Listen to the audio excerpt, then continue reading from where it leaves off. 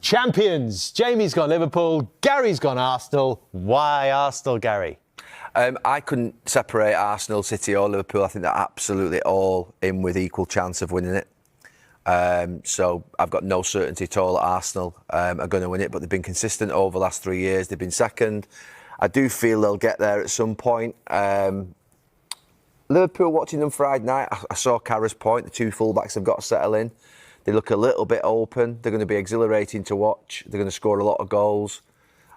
City look like with Reinders, and if Rodri can come back and if they can keep Stones and Diaz fit with Haaland up front, they've got an unbelievable spine.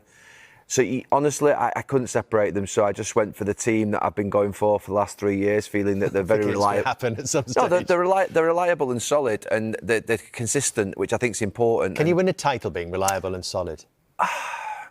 Well, they're consistently getting sort of high points totals and finishing second to great teams, Liverpool and City. So I think that for me, they've improved themselves. Gyökeres, I wasn't actually negative about Gyökeres at all yesterday. I saw some things in that game. I thought that De Ligt did well against him, so I thought De Ligt had a fantastic match. But there were moments where he was a bit uncomfortable with him, he was wrestling with him, and I think he'll do well for Arsenal. So Zubimendi didn't have his best game yesterday, but again, I think he'll slot in well. Declan Rice couldn't have been any worse yesterday. I think Arsenal have got the right material. They just have to sort that forward bit of the pitch out, and I think Gyökeres will. Jamie, are you more or less confident on Liverpool given what you've seen on this opening weekend? Less confident. It's not just the opening weekend, it was the Community Shield. It was a pre-season game against AC Milan. When I saw them things that I saw in the Community Shield, which is still a semi-friendly, if you like, I didn't think I'd see it on Friday night. That's what worried me a little bit, that I'm sure the manager's been speaking to the players in pre-season on the back of the Milan game, you know, the Community Shield, and to see it sort of not 3 games running, but the 3 high-profile games, if you like, up until this stage. That did worry me a little bit. But I think if Liverpool fix that, they have got great firepower. There's no doubt about that. You're not certain about them, though, are you? I just said that right at the start of the answer. No, I wasn't. Don't get on the defensive. I'm not getting on the defensive. You just listen to what I'm saying. You know what I'm saying to us? No, I've said that. Sure. I think I said a few days ago that I thought Arsenal would be Liverpool's biggest challengers. And I know it's only one game. Watching Arsenal the weekend, and listen, I thought it was a great result for Arsenal. But just the way they played was almost typical sort of Arsenal of last season. You know, win with a set piece, which is fine. The name of the game is winning games. But a real bit interesting over the next few weeks if we see them sort of open up a little bit more, create more chances and see how maybe they've evolved from last season. But I was really impressed with Manchester City. And I actually think it might be Manchester City who are Liverpool's closest challengers. OK, well, Liverpool fans are probably a little bit more confident than you are, Jamie, I think. Because Sky Sports has partnered with Fanalysis, an app where verified true fans known as Fanlists share their opinions on their club. Guess what percentage of Liverpool fans think they are going to win the league? 92%. Oh, that's pretty close. What is it? That's low. They're feeling pessimistic. It's 95. Is it? 95% of Liverpool fans. But if I was a Liverpool fan, I'd be thinking, because to be fair, I can't separate the top 3. And if I was Liverpool and they're going to get Isak, it looks like, then I'd be absolutely, you know, who are the 5% that are saying they won't win the league? Me. 13%, incidentally, of Manchester United fans think that they will finish in the top 4. 13%. 13%. OK. Have we got 1% here? Of course we have. I can't disappoint you. Honestly. I've got to come back here in 10 months and try and defend this. I genuinely didn't know your answer to that. So Dave, we worked out before that I've done this now for 8 years and I've always had Manchester United in the top 4 every year. And just, it's a late change, but I think with a bit of science. Go on, what's the science? Well, last season, I remember watching Chelsea on the first game of the season, and at that point, no one had Chelsea, I think, finishing in the top 4 or 5. And I watched them against City and thought I saw something. I thought, that's not bad, that will do damage this season. That's a good team. And when I watched United yesterday, I thought the performance was very good. And I think they'll get a goalkeeper. I absolutely am banking. They'll not make the mistake of not getting a goalkeeper. And when they bring a goalkeeper in, and you've got those players up front that they had yesterday with that back line, I think with the 3 weeks that they've got and no Champions League football, no Europa League, I think Manchester United will surprise a few people. Last week I had them 6th to 8th. But I have changed my mind over this week. I thought that performance yesterday was a really good performance. I genuinely liked it. They were high energy. We saw some stats before. It's the first time they've kept a higher possession, or the first time they've kept 60% possession against the top 3 team for 10 years. I think they won 70% of the duels yesterday. First time they've done that for 9 years. 22 shots on target. They haven't done that for about 11 years against the top 3. That was a dominant performance against the top 3 team. When United have beat top 3 teams in the last 5, 6, 7 years, it's always been smash and grab, sitting back, counter-attack, pinch a goal.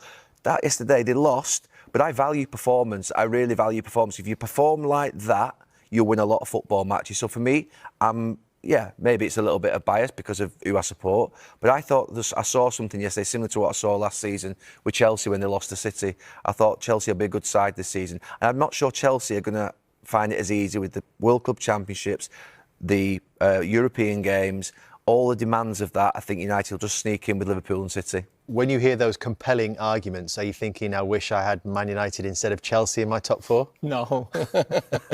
No. I think you've got to be very careful of getting carried away about one performance. And don't forget, they didn't win the game, they lost. And at no stage in the game did I think Manchester United were going to score a goal yesterday. I get what Gary's saying. I did think they played really well. Best I've seen them for a long time. There was pace, there was energy in the team. I think the front players they bought have got something, no doubt. But no, even though they had a lot of shots and we just seen David Raya make lots of saves, I didn't feel at any stage Man United were going to score a goal. And I just think that's a big jump from, 15th last season to 4th. I don't see that. And also, if I'm being honest, the manager's still got a lot to prove, really. And I think there's a lot of managers in this league who've done a lot more than he has in his... I think he's had about 40 games now for Man United. You think of Eddie Howe, think of Unai Emery. There've been a lot this summer. That's been the real feature of this Premier League summer, hasn't it? The amount of new players that have come in. Jamie's gone with Wirtz and Gyökeres for Gary. Interesting.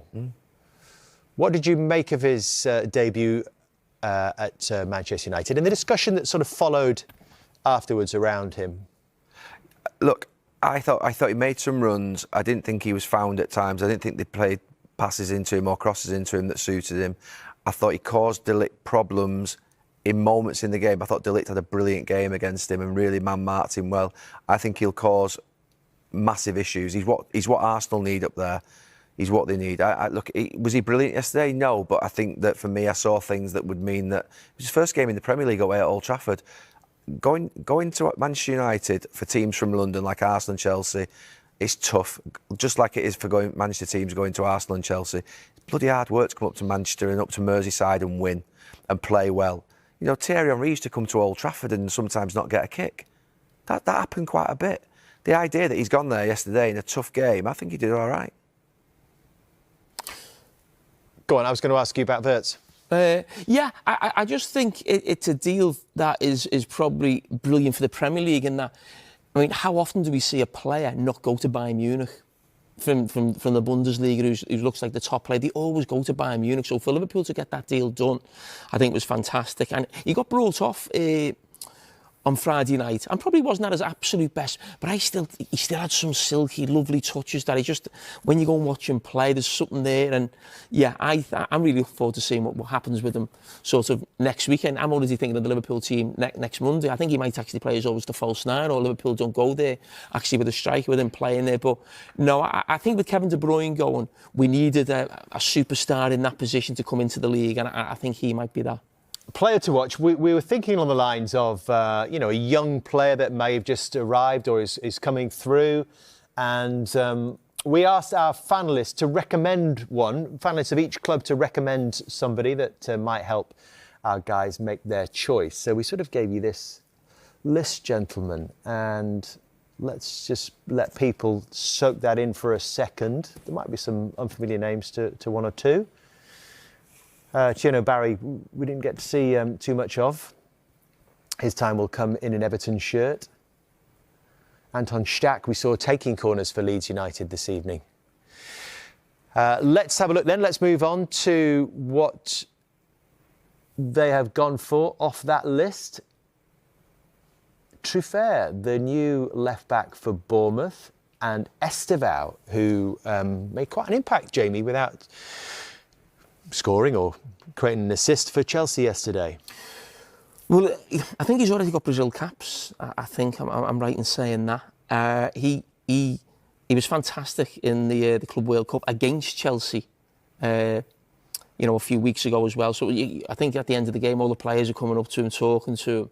He came on yesterday. I watched the Chelsea game yesterday, and he made a difference when he came on, and he looks pretty special. I think in a few pre-season games as well in the last couple of weeks that they've played well. He's done particularly well as well. He looks such a baby, doesn't he? Yeah, He's just 18. But... And he looked... What I saw from Chelsea's wide players, and I've had this criticism of Chelsea when they bring in players in, that sometimes I don't feel like there's been that much of an upgrade. It's almost like swapping for swapping's sake. But listen, he's still a young player. He's obviously not the finished article, but he does look like one of them where you're thinking, I don't think it'll be too long before he's first choice, where he feels like he has to play. And it almost felt like they had to bring him on at the weekend, and he made a difference. So, I think he's probably got a decent chance of being involved on Friday night. Potential superstar. His first interview, by the way, he did speak to Natalie Jedra after the game on Sunday, and you can see that on Sky Sports YouTube channel right now, or when we've finished. Truffert, caught your eye? Yeah, I was going to go for Reinders because he was outstanding, but I think it would be probably too obvious after what we saw at the weekend. But actually, I was watching Bournemouth-Liverpool on Friday night. I have to say that if you're looking at a left-back on the pitch that was the best one, it was the one wearing the Bournemouth shirt. The one that replaced Carragher. Carragher looked, like he was a little bit rash. Obviously, his first game at Anfield, so you've got to get time for him to settle in. But Truffert was absolutely brilliant, and I couldn't take my eyes off him. Is that the model of a very well-run football club? Yeah. That you try and sell high and you get the next one in? Yeah, and away. Look, Carragher was outstanding, wasn't he, for Bournemouth? And obviously Liverpool had their eyes on him for a long time, just to sort of take over from Andy Robertson. I think Andy Robertson's going to play a lot of football this season, and I think Truffert will really emerge. He looked outstanding on Friday night, I felt. So there are your players to watch. What about a manager to perhaps outperform expectations in this Premier League season? Why are you laughing? You pick the Man United manager every year on that. I don't pick him every year. You picked 3 last year, and one of them was the man Ten Hag. The reason last year is a similar reason to this. Ten Hag last year, because I knew that if he started badly, he'd be under massive pressure. Similarly, if Ruben Amorim, there's probably going to be no in between here. Ruben Amorim, if he starts off badly and they're in 13th, 14th in October, November, is going to be under massive pressure. He's the Manchester United manager. He has to deliver in these first few months of the season, and I think he will outperform. I think he'll emerge. I know you're not. Outperform what? You've got them fourth. Well, exactly. I know you're not sure about him, and you sort of wrote your article the other day saying that you think that he's not that good. But I think that he's got. I think he did. Well, you said that basically. Can't you read me? What was the article about? It was about the 2 managers, Arteta and Amorim. Amorim would be delighted if he was in Arteta's position in 3 or 4 years. Oh, absolutely. So this season, I think the manager to watch is the United manager. All eyes are on him. Can he do it? He had a horrible start to his United career. He didn't want the job partway through last season. Do you not think because of that he gets this season whatever happens? Oh, no, I don't think it'll be that easy. I think if he's down in sort of, bottom half of the table, I think he'll be under massive pressure. But what Marcus Rashford said the other day, Manchester United have got to come up with a plan and stick with it somewhere, haven't they? Let's ignore that because I don't want to go into Marcus Rashford comments tonight. He was there at the club for 10 years, had his opportunity to impact the club.